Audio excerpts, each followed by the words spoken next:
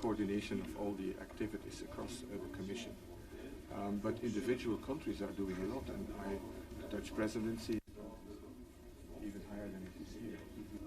But today about 40 million people are living with HIV in the world, and more people than ever became infected with HIV this year, about 5 million.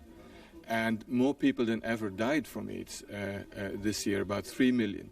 And that's because we failed to provide a treatment, life-saving treatment to those who are needed in the developing world. Where the world will go with the epidemic depends entirely on ourselves. Whether the money that is now becoming available, $6 billion this year, will be used well, whether that we will make that money work for people on the ground.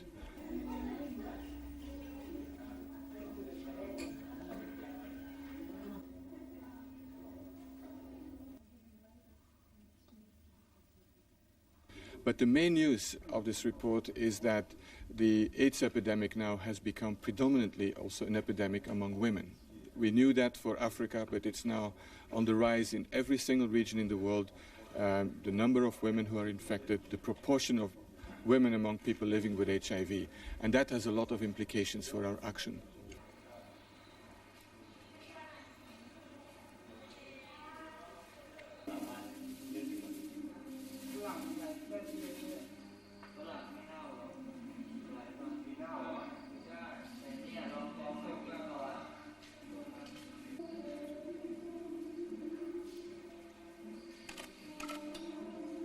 Well, first of all, we need to make sure that our prevention programs reach women, that our treatment programs reach women, and that's not the case yet. In many developing countries, who has access to antiretroviral therapy, the life-saving AIDS treatment? It's men, because they have the power, they have the money.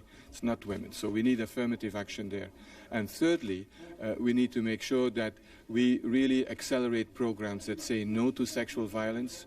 Today, rape, sexual violence against women results directly in death, and that link is AIDS. That's how many women are infected. We need to make sure that girls remain in school as long as possible, because that will protect them against HIV. Job opportunities, they know better what to do against it, and they will tend to marry later. And thirdly, we need to make sure that when a woman loses her husband, because the husband dies from AIDS, that she doesn't lose everything, the house, property, and gets into extreme poverty, because that again will drive her into very high risk for HIV. So the agenda becomes more complex, and I'm really convinced that if we don't put women at the center of our response to AIDS, we'll have a very hard time to control this AIDS epidemic. And what have you found about different regions of the world? Which regions are suffering worst from the problem now?